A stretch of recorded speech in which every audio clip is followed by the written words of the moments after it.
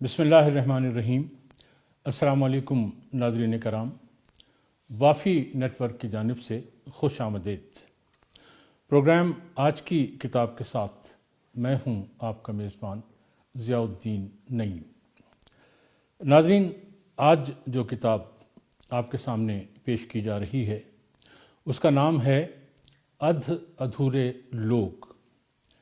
یہ ایک ناول ہے اور اس کے تخلیق کار ہیں متعدد ایوارڈ یافتہ اور متنوع موضوعات پر لکھی گئی 22 دیگر کتابوں کے مصنف محمد حفیظ خان۔ یہ کتاب اوریجنلی سرائکی میں لکھی گئی ہے ناظرین، اور پھر اپنی اس کتاب کو حفیظ خان نے خود ہی اردو کا قالب بھی دے دیا۔ حفیظ خان اپنے اس ناول کو 1 یونٹ پاکستان کی سیاسی تاریخ کا ایک سیاہ باب گردانتے ہیں۔ وہ کہتے ہیں کہ اسی 1 یونٹ کی تشکیل کے پردے میں حکمران ذہنی ساخت نے بیک جنبش قلم محکوم لسانی ثقافتوں سے ان کی تمام تر تہذیبی، تاریخی اور جغرافیائی پہچان سازشاً چھین کر اپنی غاصبانہ تحویل میں لے لی۔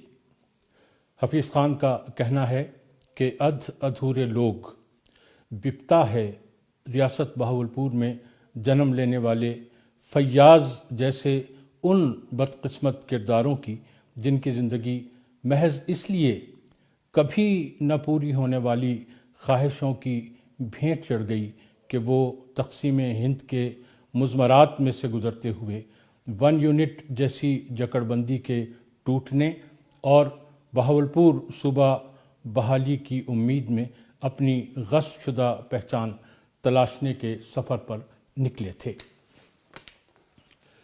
ناظرین، تقسیم کے وقت سے لے کر 1 یونٹ بننے تک ریاست بہاولپور کے حالات کی اس درجہ بے باک تصویر کشی کرنے والا یہ پہلا ناول ہے۔ آگے بڑھے نہ قصے عشق بتاں سے ہم، سب کچھ کہا مگر نہ کھلے رازداں سے ہم، ایسی احتیاط ہمیں اس ناول میں ڈھونڈے سے بھی نہیں ملتی۔ ہر مصلحت کو پس پشت ڈال کر، یا یوں کہیے کہ کشتیاں جلا کر لکھے گئے اس ناول میں بزبان حال حفیظ خان بار بار یہ ثابت کرتے ہیں کہ کہتا ہوں وہی بات، سمجھتا ہوں جسے حق، میں زہر ہلاہل کو کبھی کہہ نہ سکا قند۔ اس ناول میں ناظرین ریاست بہاولپور کا رہن سہن، تہذیب و ثقافت اور رسم و رواج آئینہ ہو کر ہمارے سامنے آتی ہی ہے، لیکن ساتھ ساتھ تھیم اور پلاٹ دونوں کی ٹریٹمنٹ اس کمال کی ہے اور کرداروں کی باطنی کیفیات تک کو اس مہارت سے پورٹرے کیا گیا ہے کہ ناول کا قاری اپنے آپ کو وہیں کہیں ان کرداروں کے ساتھ اٹھتا بیٹھتا محسوس کرتا ہے۔ ان سب خصوصیات کے ساتھ کینوس کی بھی وسعت ادھ ادھورے لوگ کو ایک بڑا ناول باور کرنے میں پس و پیش کی گنجائش قطعاً نہیں چھوڑتی۔ ناظرین، ڈیرہ نواب، محراب والا اور احمد پور میں سر شام روشن کیے جانے والے کیروسین لیمپس کا احوال سرسری ہونے کے باوجود اپنی دلکشی کی بنا پر کبھی انگریزی پوئم لینی دا لیمپ پوسٹ کی یاد دلا دیتا ہے اور کبھی شیلے کی ان لائنز کی کہ when the lamp is shattered the light in the dust lies dead, when the clouds is scattered the rainbow's glory is shed۔ کھڑی ڈیندیاں سنہیڑا انہاں لوکاں کوں، اللہ آن وساوے ساڈیاں جھوکاں کوں۔ کھڑی ڈیندیاں سنہیڑا انہاں لوکاں کوں، اللہ آن وساوے ساڈیاں جھوکاں کوں۔ ناول میں ناظرین بہاولپور اسٹیٹ کے اس مدھر ترانے کی تان کا ذکر سوچوں میں جیسے رس کھول گیا۔ یوں کہیے یہاں لالے فسوں ساز نے باتوں میں لگایا اور دے پیچ ادھر زلف اڑا لے گئی دل کو۔ یہ ناول ایک نوحہ ہے اس شناخت کا ناظرین جو سیاسی تاریخ نے اس علاقے کے ہر مرد و زن سے چھین لی۔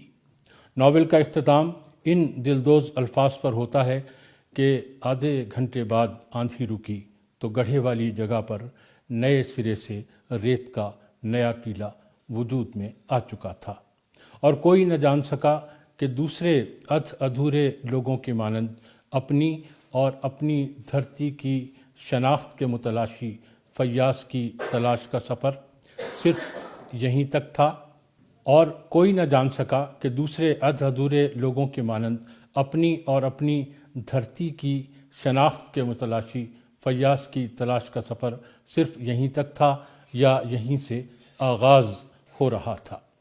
ایک نئے سفر کی امکان کی نشاندہی کرتے ہوئے شاید حفیظ خاں یہ کہہ گئے ہیں کہ موت ایک ماندگی کا وقفہ ہے، یعنی آگے چلیں گے دم لے کر۔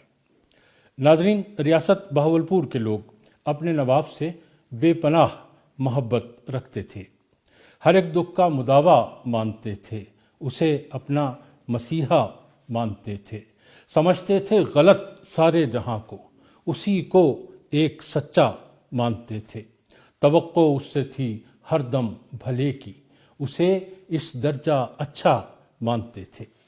ناول ادھورے لوگ یہ آئرنی بھی سامنے لاتا ہے ناظرین کہ ریاستیوں کی صدیوں کی شناخت کسی غیر نے نہیں بلکہ یہاں کے اسی نواب نے ختم کی جسے رعایا انتہائے محبت میں دولہ سائیں کہا کرتی تھی۔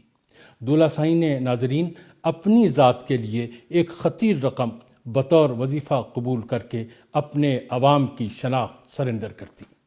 نہیں رکھا کسی کا مان اس نے، اسے سب لوگ کتنا مانتے تھے۔ نعیم اب یہ کسک ہے عمر بھر کی، وہ کیا تھا اور اسے کیا مانتے تھے۔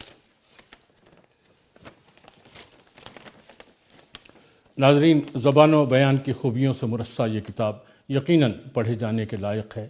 آپ پڑھنا شروع کریں گے تو پڑھتے ہی چلے جائیں گے۔ اختتام پر اگر آپ کو لگے کہ دل مضطر کا اضطرار سوا ہو گیا ہے تو مان لیجئے گا کہ مصنف نے اپنا مدعا پا لیا۔ بقول شیلے، our sweetest songs are those that tell of saddest thought, our sincerest laughter with some pain is fraught۔